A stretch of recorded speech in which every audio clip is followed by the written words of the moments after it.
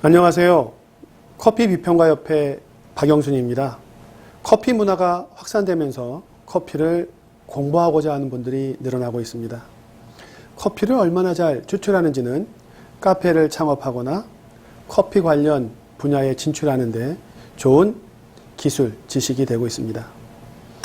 바리스타는 국가 자격증은 아닙니다만 NCS 국가 직무능력 표준에서 그 기준을 제시하고 있습니다.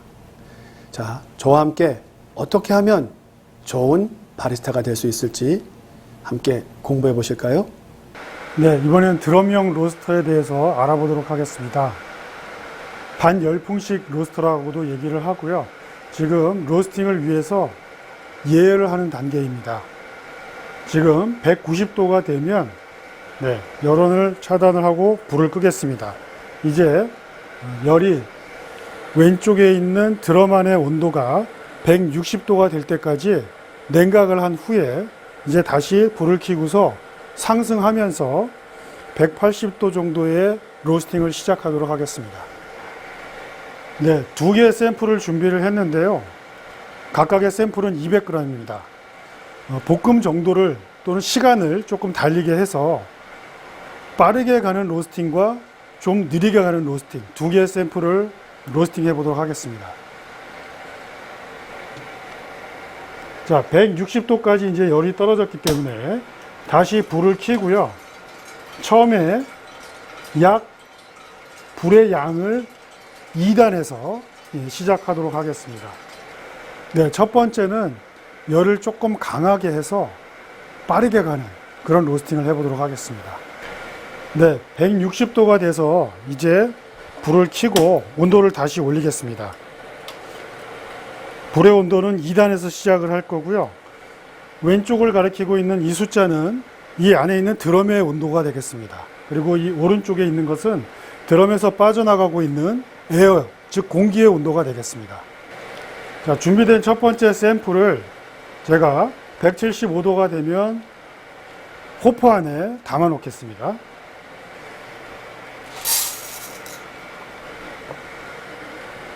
180도가 되면 생도를 투입하겠습니다.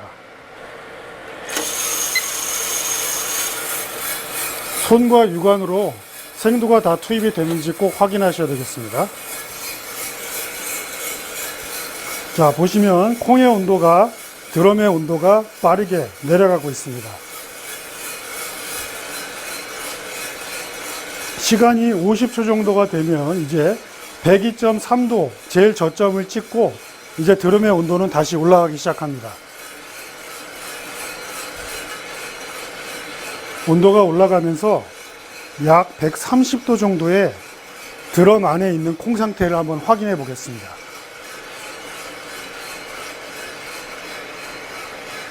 네, 130도가 도달이 됐습니다. 콩의 색깔을 보시면 이제 녹색에서 다소 노란빛이 도는 그런 단계로 접어들었습니다. 자, 이제 150도가 넘어가면 다시 한번 드럼 안에 있는 콩의 상태를 확인해 보겠습니다. 자, 콩의 상태가 이제 노란빛에서 다소 갈색빛으로 변해가는 그런 과정이 있습니다. 향을 한번 맡아보겠습니다.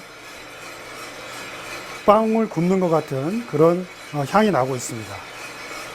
자, 이제 잠시 후에 170도 정도가 되면 다시 드럼 안에 있는 콩의 색깔과 향을 확인하겠습니다. 네, 색상이 이제 갈색으로 많이 변해 있는 상황이고요. 이제 캐러멜화 과정에 있다라고 볼 수 있겠습니다. 이렇게 색깔이 많이 변해 있을 때는 몸에 안 좋은 향 성분이 나올 수 있기 때문에 이럴 때는 향은 가급적 감지하지 않으시는 게 좋겠습니다. 자, 이제 1차 크랙이 시작된 것으로 보입니다. 지금부터 1차 크랙이 시작이 됐는데요. 약 온도가 170도 정도에서 크랙이 시작이 됐고, 배출은 약 185도 정도에서 배출을 하도록 하겠습니다. 네, 185도에 배출하겠습니다. 배출된 콩은 4분 이내에 40도 미만으로 빠르게 온도를 내려주셔야 합니다. 그래야 단맛 손실이 없겠습니다. 지금 190도까지 예열을 하고 온도가 떨어지고 있습니다. 로스터기에는 174로 되어 있고 그 상황이 그래프로 그려지고 있습니다. 이제 다시 불을 붙여서 가열을 시작하겠습니다. 그리고 가스의 숫자는 2로 맞춰놓고 시작하겠습니다. 자, 다시 열을 가하니까 드럼의 온도가 높아지고 있고 파란색은 드럼의 온도, 빨간색은 배기의 온도입니다. 파란색이 콩이 들어가기 전에는 드럼의 온도지만 콩이 투입되게 되면 온도계에 콩이 부닥치면서 생두의 온도를 나타나게 됩니다. 투입은 185도에 하겠습니다.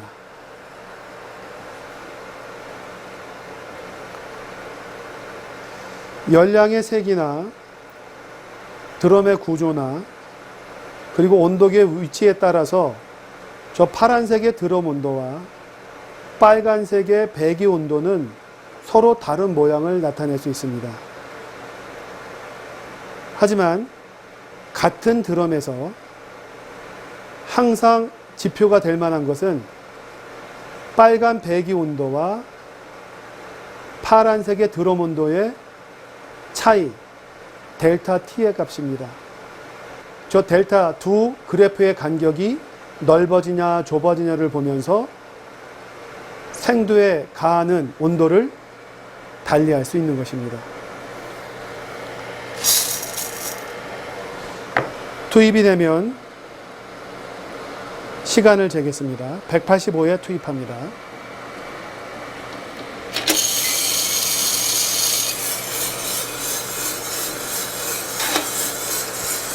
실온의 생두가 들어가서 온도계에 부딪히기 때문에 드럼의 온도로 표시됐던 좌측의 온도는 이제 생두의 온도가 되는 것입니다.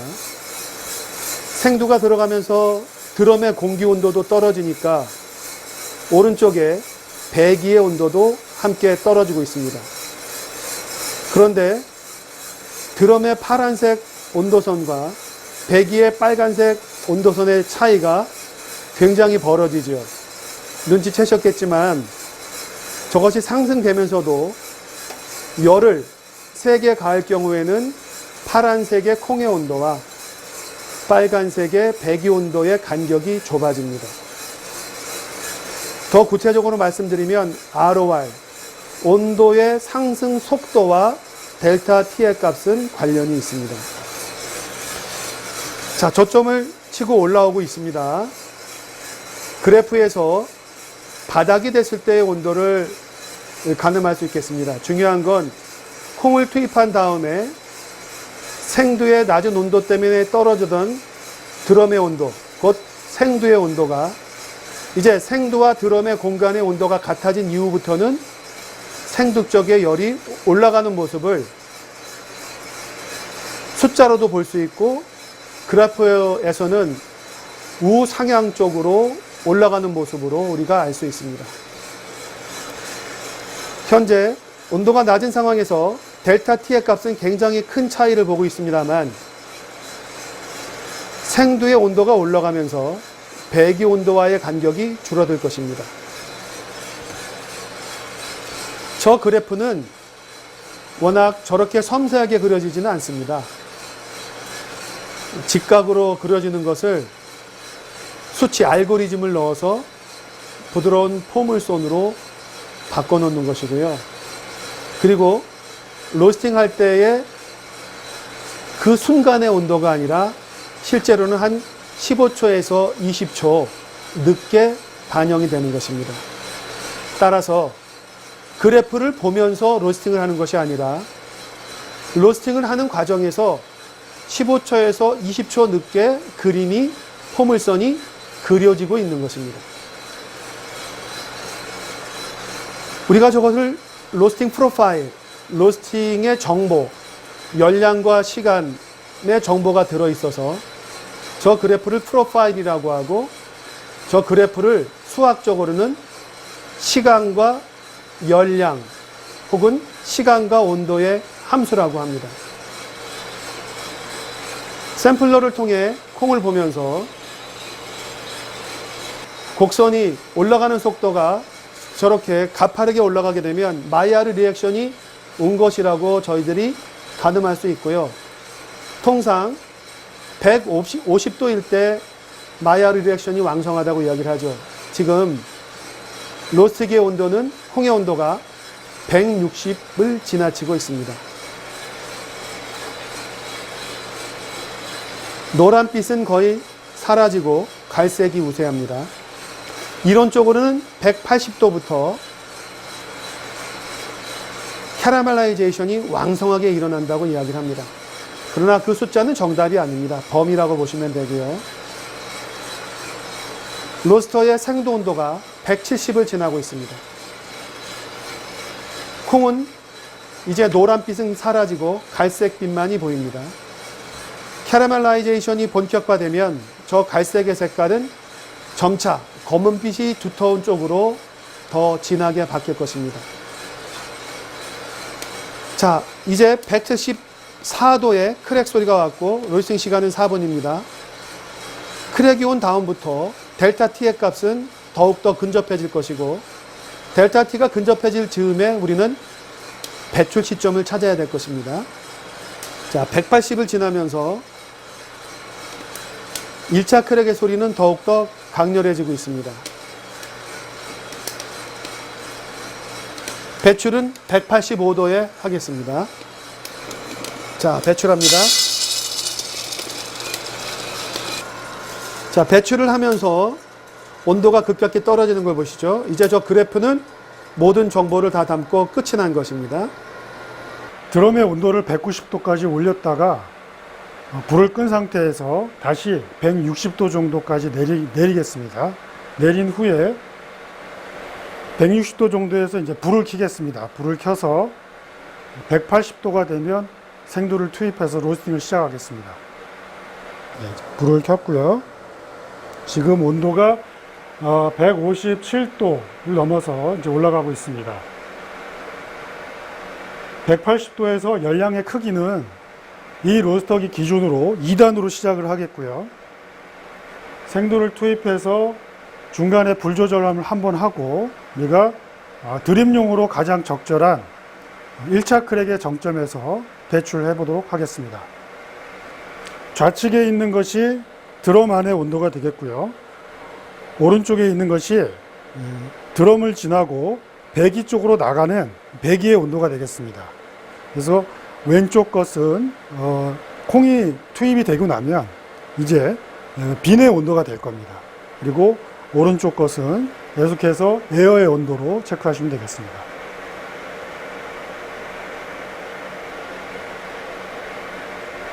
생도를 투입하기 전에 준비한 샘플은 이제 두 가지가 되겠습니다. 에티오피아 구치 테로 워시드 프로세싱의 생도를 각각 200g씩 준비를 했고요. 하나는 드림 용도로 로스팅을 하겠고요. 두 번째 샘플은 그것보다 좀 더 볶음도를 진하게 해서 로스팅을 해보도록 하겠습니다. 네, 180도에 투입을 하기 위해서 생도 200g을 호포에다가 담겠습니다. 온도가 이제 180도에 근접하고 있고요. 180도가 되면 투입과 동시에 시계 버튼을 눌러줄 겁니다. 그래서 열에 따른 시간을 체크하게 됩니다. 네, 180도에서 투입을 했고요. 투입을 한 후에는 반드시 호포에 생두가 다 투입이 됐는지 육안과 손으로 확인을 해주시면 되겠습니다. 자, 온도가 쭉 내려가고 있고요. 이제 50초에서 1분 언저리에 콩의 온도가 가장 낮은 상태에 도달을 하게 될 겁니다. 그것이 우리가 저점이라고 얘기를 하고요. 그 저점이 어느 정도에 오느냐에 따라서 이 지금 로스팅이 빠르게 진행될 것인지 아니면 천천히 진행될 것인지를 어느 정도 가늠할 수 있는 지표가 되겠습니다. 네, 40초를 지나고 있습니다. 네, 저점이 103도에 왔습니다. 50초에 103도의 저점이 왔습니다. 이제 생두의 온도는, 안에 있는 콩의 온도는 이제 상승을 할 겁니다. 지금 그 그래프에 보시면 빨간색 곡선과 파란색 곡선이 있습니다. 위에 빨간색 곡선은 이 에어의 온도를 나타내는 것이고요. 파란색 곡선은 이 안에 있는 콩의 온도를 나타내고 있는 것입니다. 저점을 찍고 이제 상승을 하겠는데요. 이 상승하는 기울기가 얼마나 가파르냐, 얼마나 완만하냐에 따라서 전체 로스팅 시간이 길어지거나 또는 짧아질 수 있겠습니다.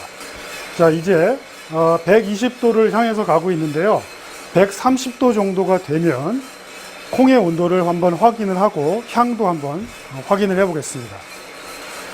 지금 그래프에 보여져 있는 이렇게 위로 치솟아 올라오고 있는 이 그래프의 곡선은 온도 상승률을 표현하는 것이 되겠습니다. 그래서 초반에 저점을 찍고 빠르게 온도 상승률이 올라갔다가 이 온도 상승률은 콩의 온도에 따라서 점차적으로 내려가면서 완만한 곡선을 그리면서 내려오게 되겠습니다. 네, 이제 130도를 향해서 가고 있고요. 샘플러를 열어서 콩의 온도를 확인하겠습니다. 네, 콩의 색깔을 보니 녹색에서 다소 노란빛이 띄고 있고요. 향을 한번 맡아보겠습니다. 네, 아직은 식물체의 느낌이 좀 나면서 약하게 뭔가 구워지는, 로스팅이 되는 그런 느낌이 나기도 합니다. 네, 이제 130도를 지나서 140도로 가고 있는데요. 이때쯤이면 콩의 수분이 상당 부분 많이 날아가는 상황이 되고 있을 거고요. 마이야르 구간인 150도 정도를 도달하기 이전에 거의 7에서 80% 정도의 수분이 증발하게 됩니다.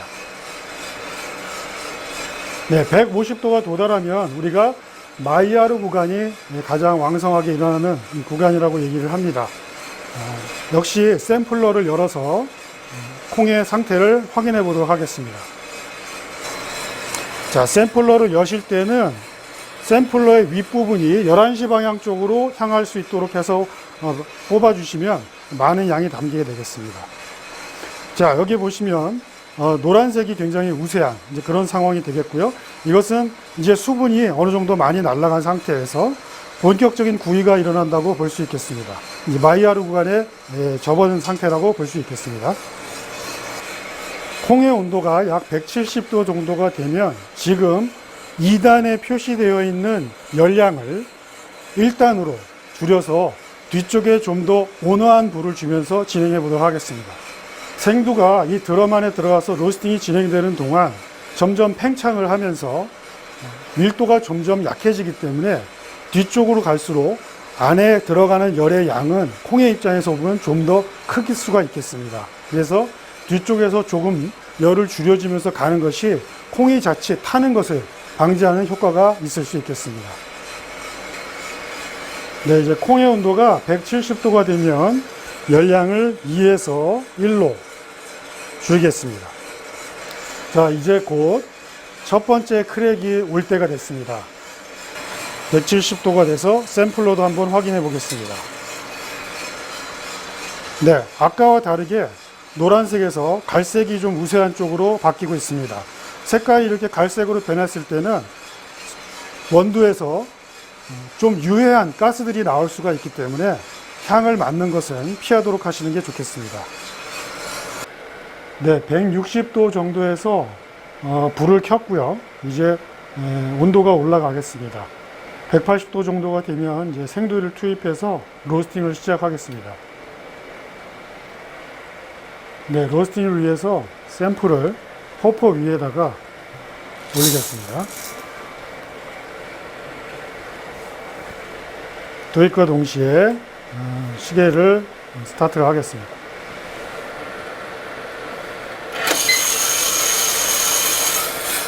투입한 후에는 호퍼를 육안으로 또는 손으로 확인을 꼭 하셔서 생두가 전부 투입이 되는지 확인을 하시면 되겠습니다.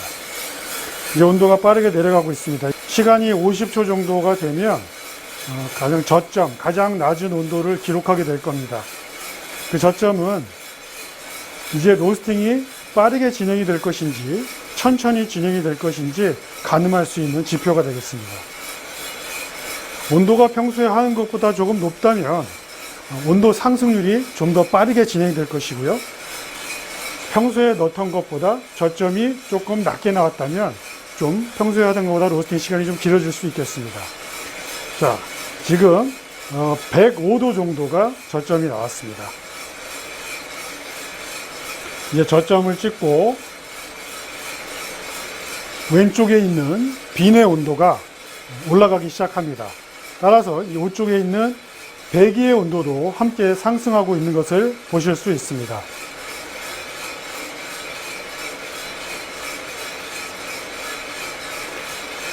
저점을 찍고 올라가면서 마이야르 구간인 150도 정도 진입할 때까지는 주로 빈에 있는, 콩에 있는 수분이 많이 날아가는 그런 구간이 되겠습니다.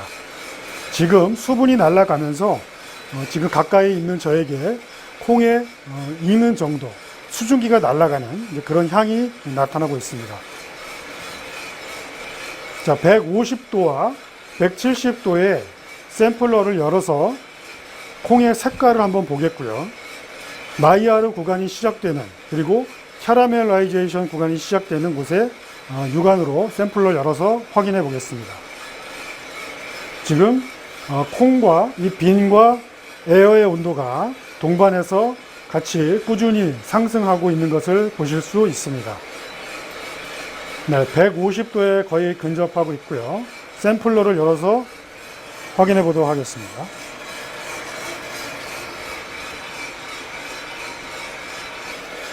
(170도) 정도가 되면 지금 3단에 놓여져 있는 열량의 크기를 2단으로 줄여보도록 하겠습니다. 열을 다소 줄여주는 것은 드럼 안에서 콩의 밀도가 점점 약해지면서 뒤로 갈수록 좀 더 안쪽에 열이 강하게 들어가기 때문에 열의 크기를 좀 줄여줌으로써 탈 수 있는 위험을 조금 줄여주는 것이 되겠습니다. 네, 2단으로 열량을 줄였습니다. 배출하는 시점은 1차 크랙이 진행된 후에 1차 크랙이 가장 왕성하게 진행되는 그 구간에서 드림용으로 가장 적절한 시기에 배출하도록 하겠습니다. 지금 1차 크랙이 왔습니다. 그래서 1차 크랙이 진행되면서 소리와 향을 맡아보면서 1차 크랙이 가장 왕성한 시점에 배출 온도를 정하겠습니다. 네, 192도 정도에 배출하도록 하겠습니다.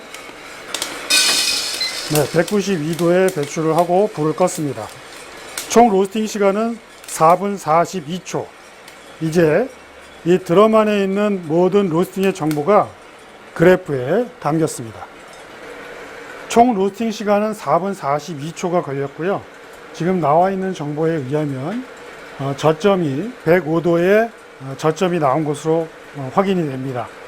로스팅이 진행되는 과정에서 약 150도 정도에서 드라이 엔드 구간, 즉 수분이 상당 부분 많이 날아간 구간이 나타나고 있고요. 150도를 넘어가면서 이제 마이야르 구간과 캐러멜라이제이션 구간에 접어들어서 로스팅이 진행된 것으로 확인이 되고 있습니다. 진행이 되다가 지금 배출하는 시점인 192도에 배출이 일어나면서 드럼 안에 온도가 빠르게 내려가고 있는 것을 보실 수가 있습니다.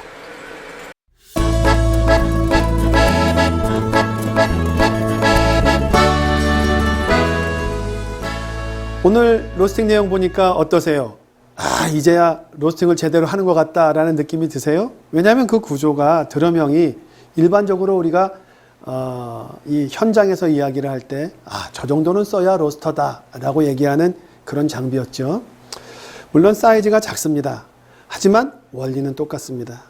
그걸 좀 더 키워나간 것이 이제 우리가 매장에서 쓰거나 아니면 공장에서 쓰는 거니까 이 부분을 면밀하게 탐구하시면 현장에 나가서 전문 로스터로 활동할 수 있다는 거, 그거 굉장히 중요합니다.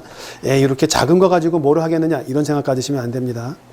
우리가 관심을 가져야 될 것은 바로 원리를 포착하는 겁니다. 작은 드럼형 로스팅기이지만 사용하는 커피의 양에 따라 혹은 투입 온도에 따라 그리고 열량에 따라 결과물이 달리 나오는 것, 이것이 굉장히 중요한 겁니다. 우리가 어느 부분을 어떻게 건드릴 때 최종적으로 커피 맛이 어떻게 달라진다는 것, 바로 이 부분을 포착하는 것이 로스팅을 공부하는 것입니다. 따라서 변수를 달리하면서 나오는 결과물이 어떻게 되느냐, 맛을 보는 거 굉장히 중요하고, 이 부분은 커피 테이스팅을 통해서 저희가 또 배울 수도 있을 것입니다.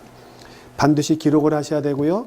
조건을 달리할 때는 반드시 같은 생두를 가지고 비교를 하셔야 된다는 점, 그렇게 관찰을 하셔야지 로스팅을 많이 했다고 해서 로스팅에 익숙해지는 것이 아닙니다.